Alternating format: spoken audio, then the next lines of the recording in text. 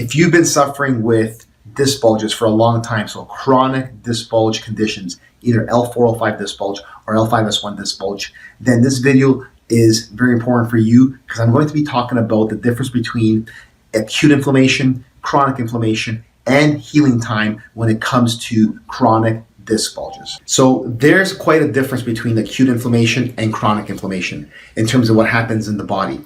Inflammation in and of itself is actually a normal process at the beginning of an injury, and it usually occurs when there's a traumatic injury to some tissues of your body, or when there's an introduction of an external invading organism like a bacteria or a virus. So inflammation is actually good for you because it's an immune response. It's the first response to healing tissue, and it's important to happen, and it should occur for a very short-lived time. Problem happens is when inflammation is extending beyond many weeks and months and becomes chronic. And that's one of the problems when it comes to disc bulge injuries that haven't been taken care of. When they become chronic over many months, 4, 5, 6 months, or even years, 1, 2, 3, 4 years sometimes, people are suffering with these disc injuries, then it's a much different scenario to treat and rehabilitate a spine with a chronic disc bulge injury or a chronic spinal injury versus an acute instant injury that happened just recently. Hey there, I'm Dr. Walter Salubro. I'm a corrective care chiropractor in Vaughan, Ontario, Canada. And what my channel is about is giving you tips and strategies on how to stabilize and strengthen your back, and also introduce you to corrective chiropractic techniques.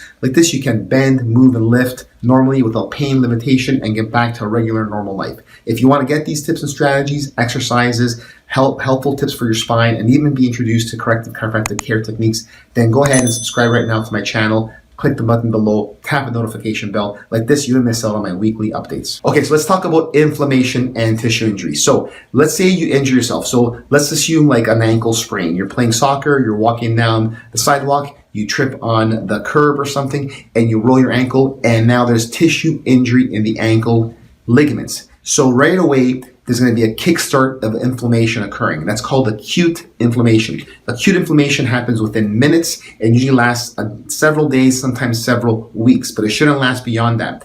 And acute inflammation will have several things that happen. There'll be chemicals that are released. Acute inflammation chemical mediators that are released that will trigger the inflammatory response. And then there's 4 cardinal signs when it comes to inflammation. There's going to be redness. Why? Because blood flows flush to the area. Because there's blood flow flush to the area, there's going to be heat. Also, there's going to be swelling because of the accumulation of fluids, and it's going to be painful. Those are the 4 cardinal signs of inflammation. In fact, years ago, someone added a 5th one called loss of function, which kind of makes sense because if your ankle is sprained, then it's hard for you to function with your sprained ankle. So that's acute inflammation, and that's important because it's going to kickstart the tissue healing. It gets immune cells into the area, white blood cells. So in the event if there was an invading organism like a bacteria or a virus or something like that, then the white blood cells and the immune cells will attack it and make sure it kills it and doesn't get the infection proliferating into your body. So acute inflammation is important. Acute inflammation is normal. It should be occurring. It should not be minimized. It doesn't mean it's not going to be comfortable. Yes, it's going to be painful, but it is important.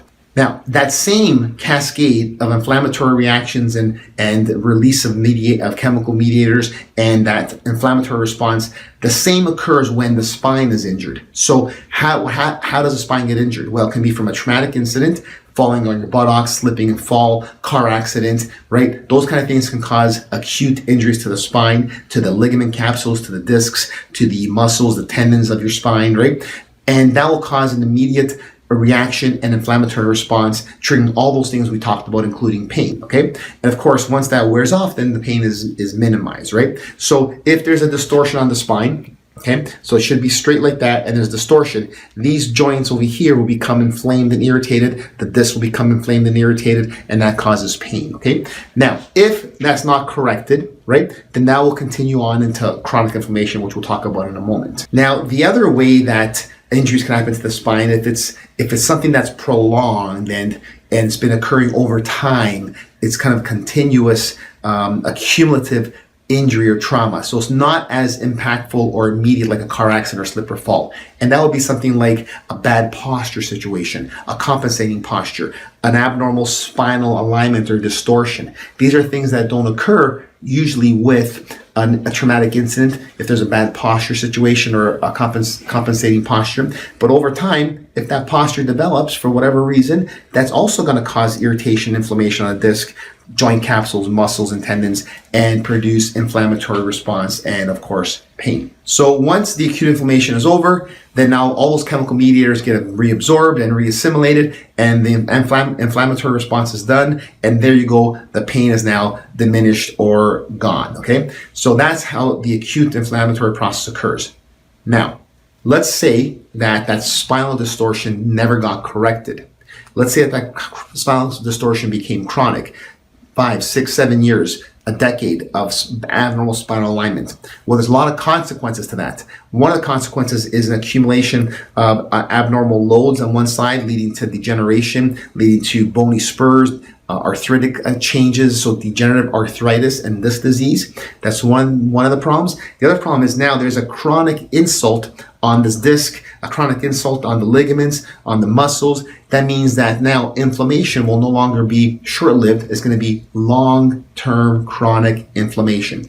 Now, chronic inflammation releases a different set of chemical mediators. It's more about cellular restructuring, fibrosis, scar tissue to try to reestablish connection patterns and reestablish structure and try to fix any distortions from a fibrotic structural perspective, okay? And what that looks like when it begins to accumulate is like this. So this was just an example of another type of model that I have. So a regular normal joint facet ligament capsule, they're smooth, there's no fibrosis there at all. And then we look at this one here, that's more fibrotic, more roughed up scar tissue there. So that's how scar tissue develops on your tissues, muscles, ligaments, tendons, discs, when the actual injury has persisted, never been corrected, it's been distorted for so long that inflammation becomes chronic. And chronic inflammation is bad in your body anywhere. Organ systems, muscle tissues, tendons, ligaments, discs, anywhere. Chronic inflammation is bad. It means the problem that's causing it never got corrected. And that's one of the problems when it comes to spinal conditions, spinal distortions, disc injuries.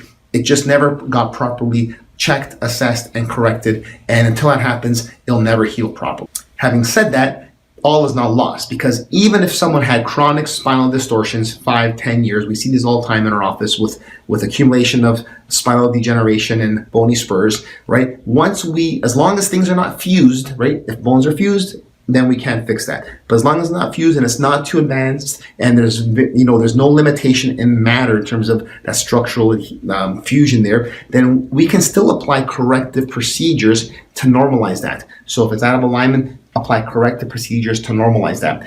And in doing that, we can now get ahead of that chronic inflammation that's been there forever because of these chronic distortions. If you're improving that alignment, then there's no more need for that tissue to be releasing chemical mediators in scar tissue and fibrosis tissue, because now the insult and the load got improved and now has basically kind of like quote unquote some breathing room to actually begin the proper healing process. And with that, that's where we've been able to help many people with chronic spinal conditions, chronic spinal misalignments, chronic bad postures causing injuries to discs, muscles, ligaments, tendons, chronic pain, chronic inflammation, by getting to the root cause of the spinal alignment distortion, correcting it as best as possible, taking the pressure off those discs, those nerves, those joint capsules, muscles, and tendons, and give it a chance to actually heal properly. That's what corrective chiropractic care is about. That's what we've been able to help many people in our office with all sorts of conditions like L4, L5 disc bulge, L5S1 disc bulge, associated symptoms like leg pain, numbness, tingling, back spasms, postural distortions, disc bulges in the neck, numbness, tingling to the hands and fingers, all sorts of conditions related to the spine. So if for whatever reason you haven't had a proper spinal structural assessment or postural examination, then you should get one. Look for a corrective care chiropractor in your area. If you need help finding one, just comment below, let me know, and I'll refer you to a directory of chiropractic, biophysics, trained and certified doctors like myself, and hopefully you can find one in your area. There's many across the United States. There's some across Canada and even other parts of the world like England and Australia and different parts of the world. So just comment below and I'll put that directory on there and you can go ahead and hopefully find one in your area. So don't forget to get this looked at properly. And if you're needing some more information about discs and injuries and exercises, go ahead and watch this video. It's the most popular video on my channel, has over 3 million views. It talks a bit more about the anatomy of a disc bulge and some exercises that can help get some relief as you're in the process of getting things corrected.